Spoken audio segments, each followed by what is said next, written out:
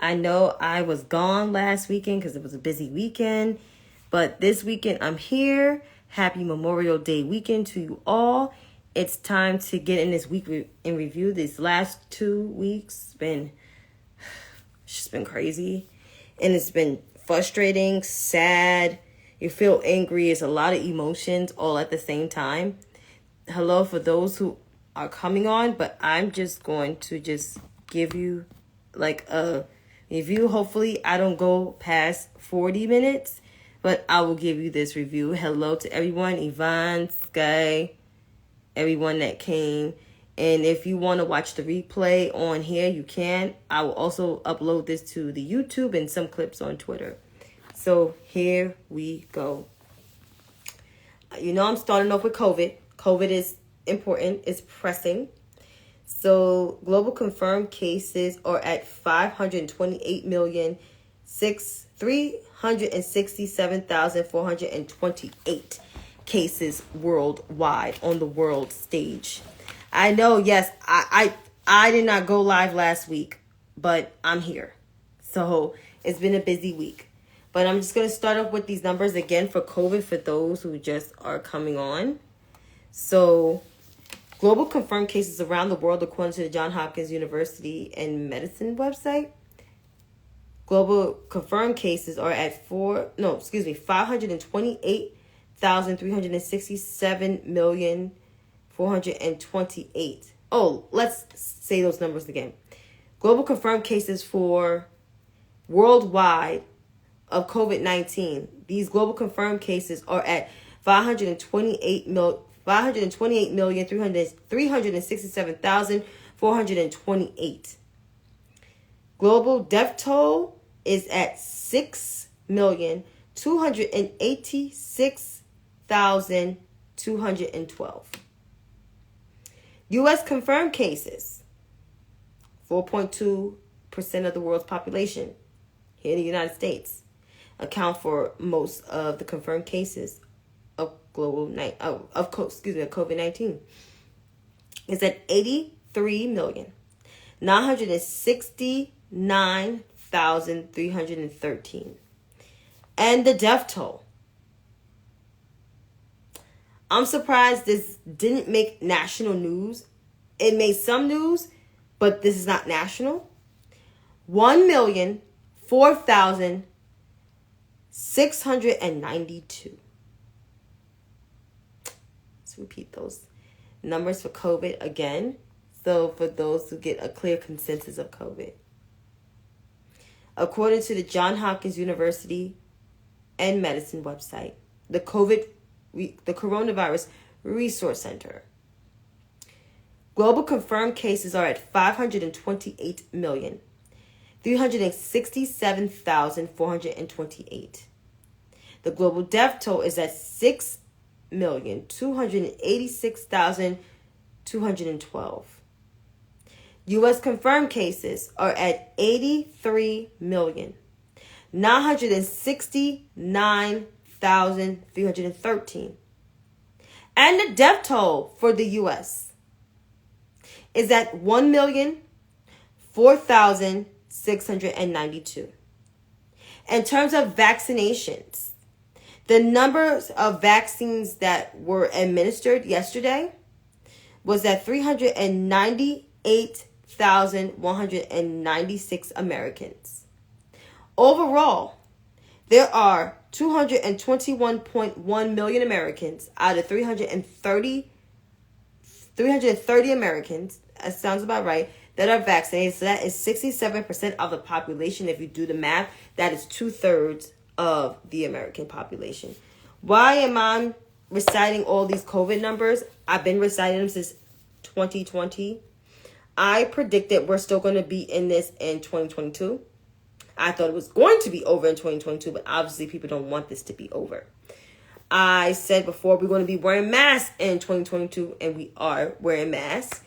I said there's going to be a vaccine, which is going to get us a way out of here, and I was right about that. I was right about a lot of stuff with COVID. I did not know that it was going to immediately change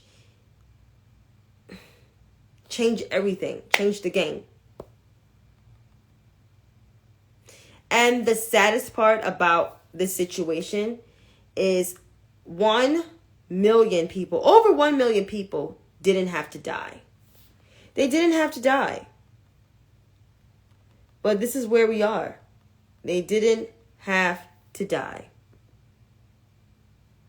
Over 1 million people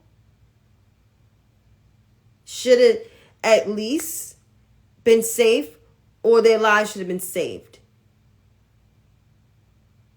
The first year of this response was abysmal. And yes, I said it. So I'm getting everybody mad. I don't care. It's abysmal. It was abysmal. It was a shit show. And the saddest part is the World Health Organization warned the leader at the time that this is a threat and we will have a war on this. And we are. The next year, we got a new leader. Vaccines were rolled out. Shots was in everybody's arms, from the local pharmacy all the way up to the hospital.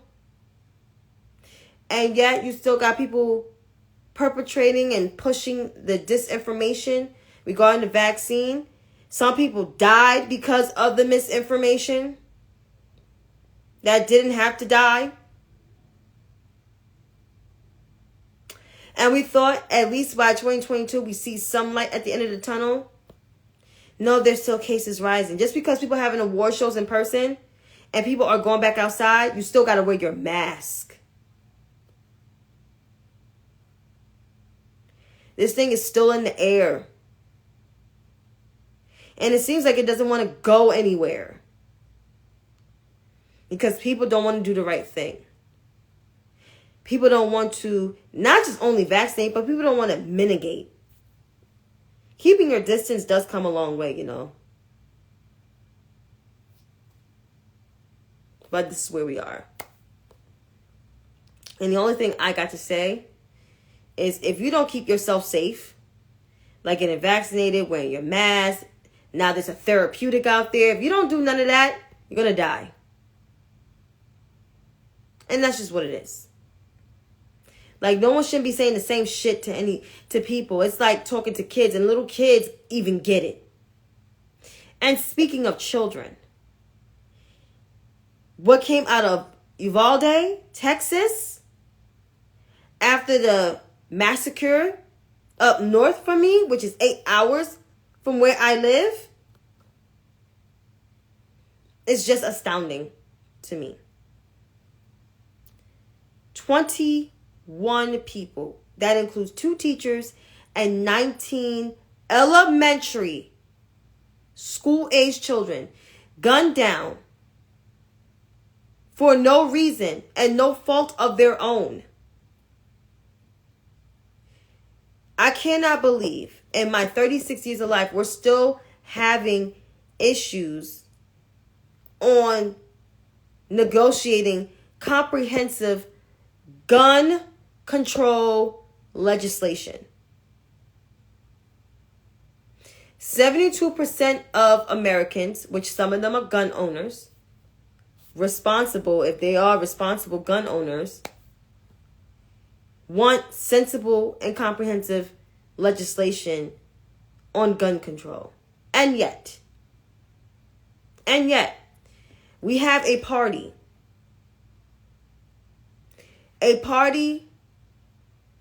that is entrenched and that is beholden to the NRA, to the Second Amendment. They abused the Second Amendment. And now they're involving Christianity into this. For whatever reason, I have no motherfucking idea. But I would like to say this to the formerly known Grand Old Party, now the Grand Insurrectionist Party. You guys look stupid on the national stage. I mean, you've been looking stupid, but you just even look more stupider each year as you continue to open your mouth. And Raphael, this is especially for you, if you're listening. Guns are not the way of life. Having an assault rifle in your possession for no reason makes no sense. It classifies you as a racist. But of course, Raphael, you supposed to be a man of color. Don't sympathize with the children of color that this guy gunned down. Yeah, you got the perpetrator, you got the perp. The only reason why you got the perp because he was Hispanic. If he was white, it would have been a different story, right? Of course it would. So, Raphael, I suggest you keep your mouth shut. And to Governor on Wheels, you know, you are the reason why this 18-year-old who gunned down 21 people, you are the reason why this happened. Because you signed a law where kids as young as 18 can purchase an assault-style weapon. And to the Grand Insurrectionist Party overall, bringing faith into this conversation and saying we're losing faith, they have a lack of faith, teachers need to be armed. How fucking stupid do you sound? Why do teachers need guns? Why should there be more guns? Because honestly, there should not be no more guns. Especially assault-style weapons like the AR-15.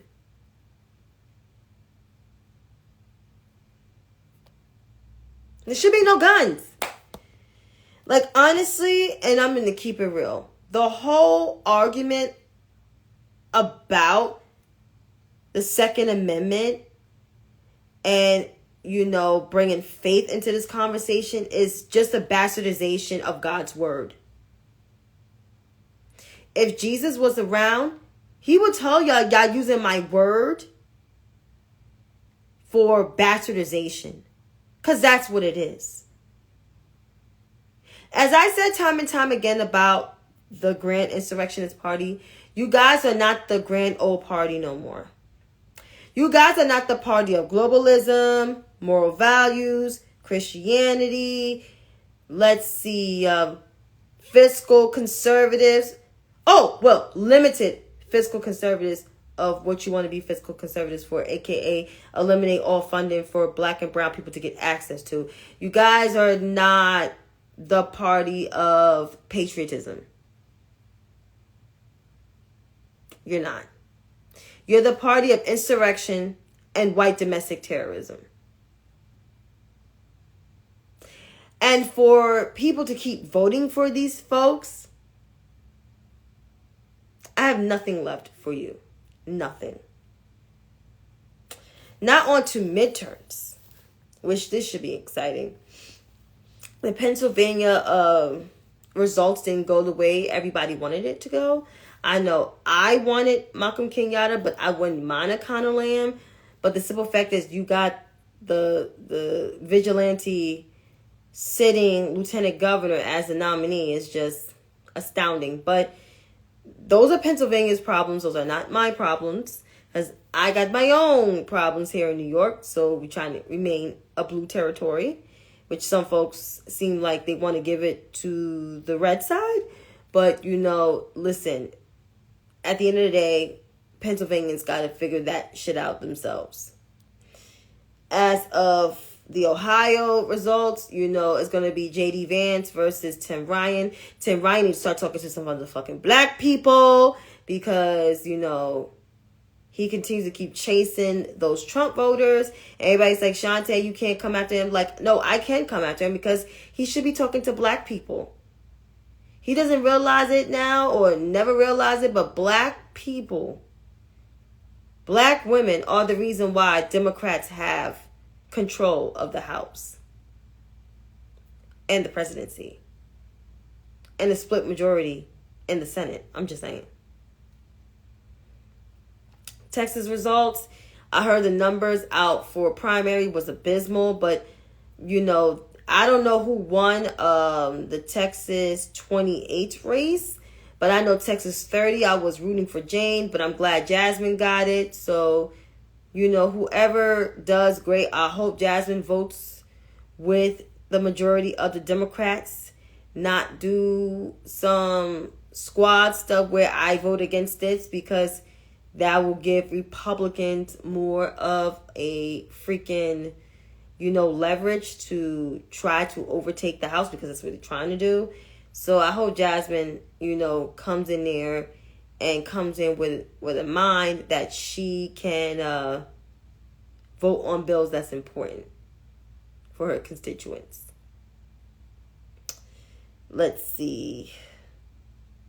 Georgia's results is going to be between Mr. Warnock, Reverend Warnock, the Senator Warnock, Reverend Warnock, and versus the father of Mr. Bring Back Men 2020, Mr. Domestic Abuser, Mr. Acne Face, Herschel Walker. And the fact that Mitch McConnell, I'm not surprised that Donald Trump endorsed Herschel Walker, but Mitch McConnell endorsed him. It's not a good look.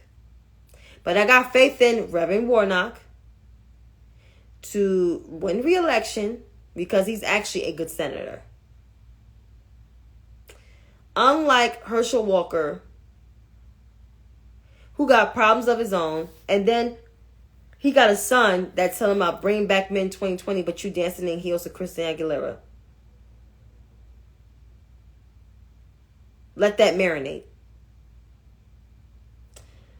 Why is midterms are important? Because if we don't get the legislative branch, the two houses, the president will be a lame duck president. And we don't want our president to be a lame duck president. So that's why voting in midterms are important. Now it's time to read people. So I have said time and time again that the Grand Insurrectionist Party is not the party of Lincoln, it's not the party of Eisenhower, not the party of Reagan, not the party of globalism, not the party of patriotism, not the party of family values, not the party of Christianity, even though they bastardize Christianity and they're fiscal hawks to, programs that help black and brown people to get a leg up. So they're not the party of any of the things I named. They are the party of white domestic terrorism and harboring those terrorists. But there were folks who voted for Biden in 2020 that voted Republican down ballot. So this message is for you. Yes, I always get on progressives all the time and I get on the far right, but it seems like the middle of the road always go unscathed. So I would like to say this to the middle of the road moderates who voted on top democratically in 2020, but voted down ballot Republican. This is for y'all. The Republican Party can't be saved no more. The Republican Party has shown their face and showed who they are before Trump, during Trump, and after Trump. And I'm including those from the Lincoln Project because they show their face of who they are. Yes, I know some of y'all follow them. That's great and fine and dandy. But the Republican Party before Trump showed who they are and who they were and who they're going to be forever and ever. They criticize our vice president for crying out loud. They are not an ally to black women. They're not an ally to black people. So all of those ones who wants to get mad because I'm calling out the middle of the road people that follow these people that voted for the president and the vice president, but voted down ballot for Republicans, I'm coming after that ass because they deserve all that smoke. Because if they wouldn't have voted for these fuckers in our legislative branch, we will actually have bills and laws enacted that the president desires and wants. So whoever's mad at this message can kiss my ass because I said what I said. And speaking of more stupidness. So, Mr. Freaknik himself, senior citizen Luther Campbell, also known as Uncle Luke, decided to, I guess, rant in a tweet. He's mad and all. Mad about a lot of stuff. If only if people could read a book, as a great historian always says, then we wouldn't have these problems. But here we are.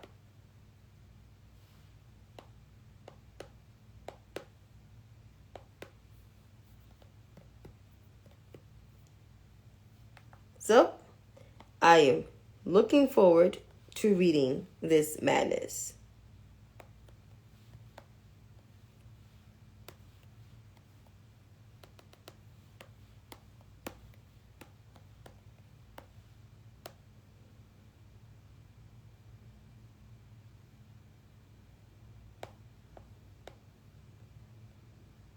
So,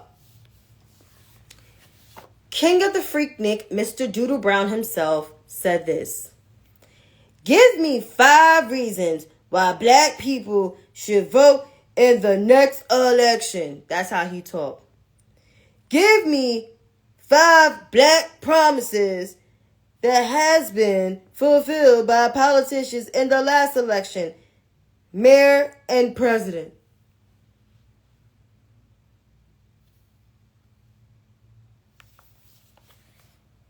Mayor and president? Don't you mean Mr. President? But this is like why a great historian said reading a book helps. And you should read some damn books. So I said this. This is an example that men like Uncle Luke and many other black celebrities didn't pay attention in history, especially when it came to learning about checks and balances in our 3 branches of government. I didn't lie.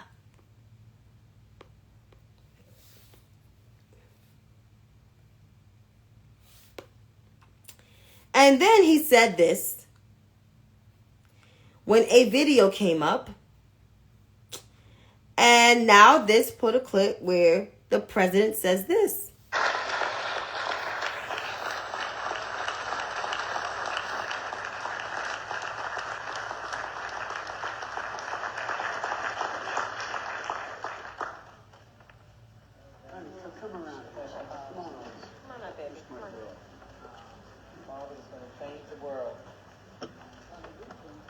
So pink.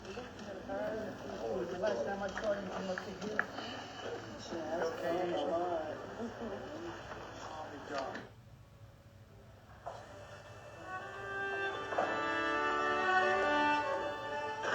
So the caption is this. 2 years after George Floyd's murder, President Biden signed an executive order establishing a national registry for officer misconduct, banning most use of chokeholds and limiting no-knock warrants. He was joined by Floyd's family, including his daughter Gianna and his brother Phalonis, who's been a fierce advocate for his brother. And the Reverend Al Sharpton was there as well. So here goes Uncle Luke. I'm going to try to put my best voice on. I guess somebody from the White House was reading the comments from my post on Sunday. When you hold these people's feet to the fire, you will get something done. If you don't, you won't. Good job, POTUS. Now let's talk about your infrastructure. How can black contractors get in? Oh my God, I messed that up. So, this is what I said to Uncle Luke. You didn't hold nobody's goddamn feet to the fire. If anything, Luke, you got checked by people who know the government, how government works. Maybe you need to read some damn books to understand how 3 branches of government work, sir. And you know what? King of the Freaknik, Mr. Doodle Brown, Uncle Luke, Well, Luther Campbell, you need to read some damn books. Because obviously, you have not been paying attention to, let's see, third grade civics all the way up to high school civics. We got 3 co-equal branches of government. I guess we're going to have to revisit our 3 branches of government. So here it is. I got some time. The legislative branch make and pass laws, while the executive branch enforces the laws that were made and passed by the legislative branch. While the judicial branch, after the law is enforced, examines the law whether if the law is constitutional or not. And that's how our co-equal branches of government works. That's why there's something called checks and balances. Let's go over this lesson again. So everyone who's ever paying attention, we have 3 co-equal branches of government. So let's start off with the legislative branch. The legislative branch make and pass the laws, while the president enforces those laws that were made and passed. And once the president puts his dotted signature on that piece of legislation to enact it as law, the judicial branch examines the law whether it's constitutional or not. And depending what it is, the Supreme Court, the highest court of the land, will challenge it and strike it down whether it is not constitutional. That's something called checks and balances.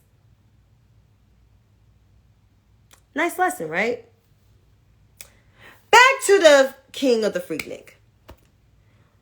Uncle Luke, you didn't hold anybody's feet to the fire, as I said before. You didn't do anything. This executive order was in motion for a good minute, for a while. And the reason why this was in effect for a while, because the legislative branch couldn't get their shit together. AKA the Republican Party was voting against and holding up everything. That's why that filibuster should have been struck down. But thanks to Joseph Manchin III and Kirsten Lee Sinema is the reason why the president had to put his whole executive face on and create this executive order. So no, Luther, you didn't press the president to do anything. And as for the infrastructure bill, there is a lot of things being done with it in black communities. Obviously, you don't watch the news more often. You know, in Newark, they're working on the water pipes issues, and even in other urban areas and other predominantly black and brown areas in this country. So therefore, shit is getting addressed. My advice to you, I think you should watch the news more often and read some more motherfucking books before tweeting those 200 and some odd characters. Okay? Thank you. And yes, I'm disrespecting the elders because I'm so sick of this shit. And speaking, being sick of more shit. You know, I have student loans, right? I got a good amount of student loans. However, if I can't get all of them canceled, I understand. But I don't make as much money. But I know if I can't get them all canceled, I understand. But if I get a crumb canceled, I am grateful. I will run down this aisle like I'm running down an aisle in church, which I don't even do. And catch the Holy Spirit on top of that. But some folks are not grateful. I would like to reflect on some things, you know. besides the student loan conversation, there's other things, but I want to address the student loan conversation first. So here it is.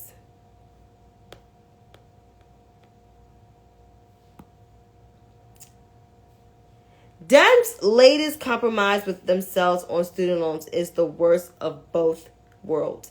Canceling $10,000 is woefully inadequate for many drowning in debt, but more than enough to spark a pseudo populist backlash from the right. Huh? Of course, they're not me and not us, people. That is about student loans. And I believe Jordan, that guy Jordan, I guess he's part of TYNT, said something else. Stupid. So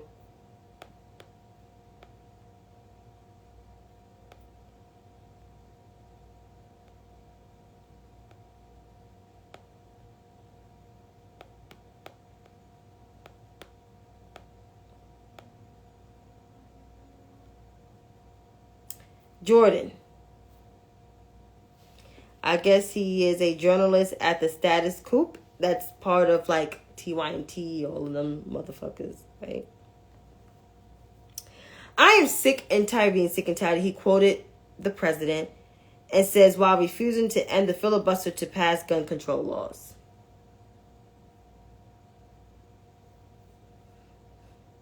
It's not refusing to kill the filibuster. He can't do that. He's the president of the United States. But okay. So I said, Jordan definitely didn't pay attention in history class. I guess he needs the Schoolhouse Rock civics lesson. He does. And I posted my video.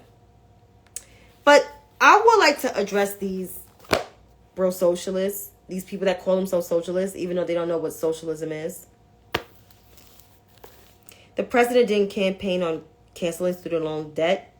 As a person with student loan debt, as much as I want my loans to be canceled, if $10,000 of my loans is canceled, I am happier than a motherfucker. And I'm pretty sure most people's loans were canceled that make less than $150,000, but Jordan makes over $50,000. I think Jordan is worth $1 million. Like the rest of those TYNT people. And most of these white guys that's talking about student loan cancellation debt, most of them make enough money to pay off their student loans. Unlike me. Unlike me. And y'all keep saying, well, black people, they need their loans canceled and everything. Only 18% of us is student loan debt holders. Wow, 50-something% of white people are student loan debt holders. But overall, the progressives for the last several years been getting on my nerves. You guys need to read some damn books. You guys don't know anything about politics and anything about government, because if you did, you would not be making this much noise. But you guys are the most annoying motherfuckers on the internet, and y'all don't even go out and vote. Because if y'all was that passionate, y'all would have voted overwhelmingly for Bernie Sanders, and y'all didn't. Y'all didn't. So y'all got the quote-unquote centrists. So people like Jordan and Leslie Mack and all of you stanky motherfuckers, like, you all need to shut the fuck up and read some damn books. And that's on period. But I am ending this because I'm tired and I had a very long day. And I hope you guys enjoy your weekend, enjoy your Memorial Day, and keep in mind, we got to stay safe. There's so many people getting killed out here. It's just not safe. And our country is so broken and wounded that we just need to remind ourselves we're grateful to be alive each and every day. And that's all I got left for you guys. Have a good night.